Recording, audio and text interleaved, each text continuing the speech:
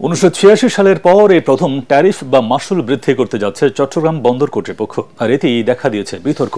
Tariff বৃদ্ধি কোনোভাবেই যৌক্তিক নয় উল্লেখ করে বন্দর ব্যবহারকারীরা বলছেন এটি বাড়ানো হলে আমদানি রফতানি খরচ ও উৎপাদন ব্যয় বৃদ্ধি পাবে, যার প্রভাব সরাসরি পড়বে ভোক্তা পর্যায়ে। চট্টগ্রাম থেকে আরও জানাচ্ছেন সৈয়দ তামিম মাহমুদ।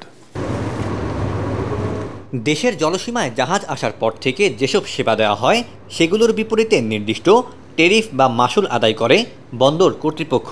বর্তমানে এরকম 52টি মূল সেবার বিপরীতে মাশুল আদায় হলেও নতুন ট্যারিফ প্রস্তাবে সেগুলোকে 23টিতে রূপান্তর করা হয়েছে।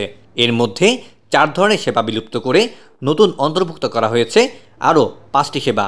ফলে মাশুল বাড়বে গড়ে প্রায় 40% পর্যন্ত। অর্থ মন্ত্রণালয়ের অনুমোদনের পর প্রস্তাবটি এখন আইন মন্ত্রণালয়ে আছে বলে জানিয়েছেন উপদেষ্টা। ওয়ালটন টেলিভিশন মাত্র 25,490 টাকায় পাচ্ছেন গুগল টিভি। মেইন পোর্টে ট্যারিফ দেখার পরে দেখা গেছে এখনও এটা ট্যারিফ অনেক কম, এমনকি মংলা থেকেও কম। বন্দরে পণ্যের স্টাফিং এখন $2.73। নতুন ট্যারিফ কার্যকর হলে তা বেড়ে হবে $6.41। একইভাবে বর্তমানে জাহাজের পাইলটের চার্জ $357.50 থাকলেও তা বেড়ে হচ্ছে $800। অন্যদিকে lift of lift on charge ছিল $5.46, যা বেড়ে হচ্ছে $8.12।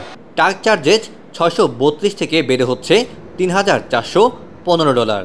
বার্তা অপারেটর যারা আছেন তাদের কিন্তু পার কন্টেনারে 175 টাকা করে বৃদ্ধি করা হয়েছে।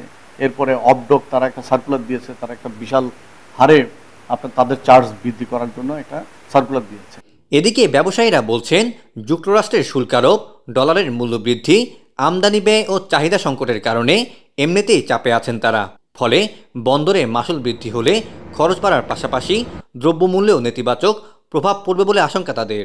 $28 20 ফিট কন্টেনারটাকে $96 নিয়ে গেছে। অফডকের একটা বাড়তি চার্জ, এভাবে যদি হয় তাহলে তো একটা রাষ্ট্রের কলাপসের দিকে চলে যাবে বলে মনে করি আমি। এই 1 বছর যদি টিকে থাকতে পারি আর তারপরে আপনারা বাড়ান। এখন আপনারা অলরেডি আমরা একটা খড়গের তলে আছি, এখন আপনার আরেকটা খড়গ আনি দিবেন, এটা তো আপনার লস হচ্ছে না, এখন তো 4,000 কোটি টাকা লাভ করছেন। 2023-24 অর্থ বছরেই বন্দর, জাহাজ ও পণ্য পরিবহন এই দুটি খাত থেকে ট্যারিফ আদায় করেছে 3,912 কোটি টাকা। সৈয়দ তামিম মাহমুদ, এটিএন বাংলা, চট্টগ্রাম।